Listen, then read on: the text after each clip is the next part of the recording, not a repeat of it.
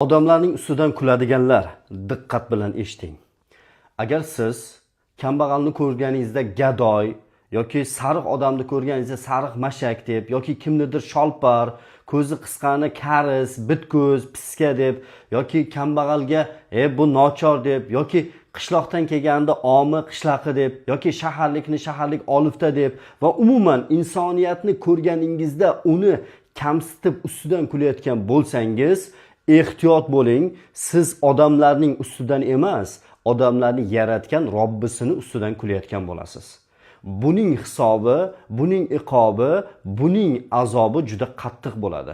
Chunki inson shaharda tug'iladimi, qishloqda tug'iladimi, boy bo'ladimi, kambag'al bo'ladimi, oq bo'ladimi, qora bo'ladimi, ko'zi dumaloq bo'ladimi, yo qisiq bo'ladimi, yoki burni katta, yoki qulog'i katta, yoki kichkina bo'ladimi, yoki bo'yi past bo'lib, yoki bo'yi novcha bo'ladimi, biror insonning qo'lida emas bu narsalarni o'zida yaratish.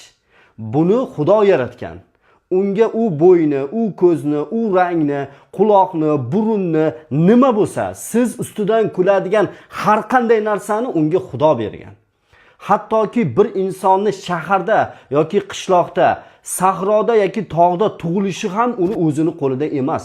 Shuning uchun odamlarning ustidan kulayotgan nodonlar, diqqat bilan eshiting. Siz odamlarning emas, uni yaratgan Xudoni ustidan kulayapsiz. Va buning hisob-kitobi juda og'ir bo'ladi. Kulmang birovning ustidan.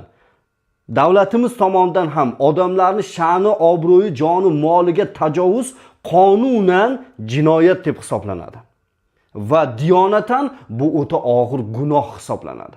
Shuning uchun birovning ustidan kulmang, toki sizning ustingizdan ham kulmay turib siz bu dunyodan ketmaysiz.